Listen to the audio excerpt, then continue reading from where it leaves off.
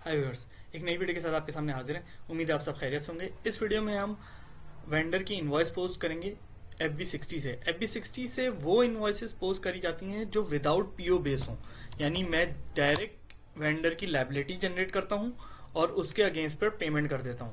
ये मैंने FB60 का टी कोड ओपन कर लिया।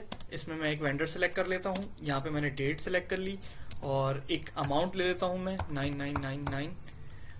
इसके बाद मैं यहाँ पे कोई भी टैक्स वगैरह लिख सकता हूँ। ठीक है,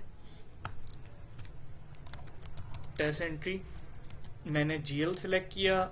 मैं यहाँ पे डेबिट दे देता हूँ। ऑटो सिलेक्ट डेबिट हुआ है, वरना तो डेबिट सेलेक्ट करना पड़ेगा। ये स्टेरिक में जैसे ही लूंगा ऊपर यहाँ जितनी भी अमाउंट होगी वो ऑटोमेटिक यहाँ पे खुद उठा लेगा।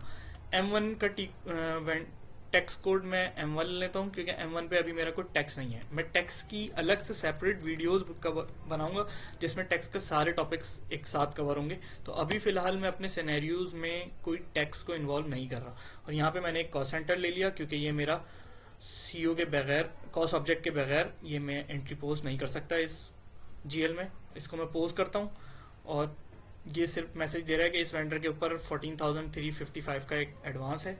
इसको मैं ओके करता हूँ। ये मेरी इनवॉइस बुक हो गई 177। ठीक है, और फिर उसके बाद मैं इस इनवॉइस जो मैंने पोस्ट करी है इसको देखने के लिए मैं FBL1N मेरे लाइन आइटम रिपोर्ट है, इसमें वेंडर मैंने सिलेक्ट किया हुआ है।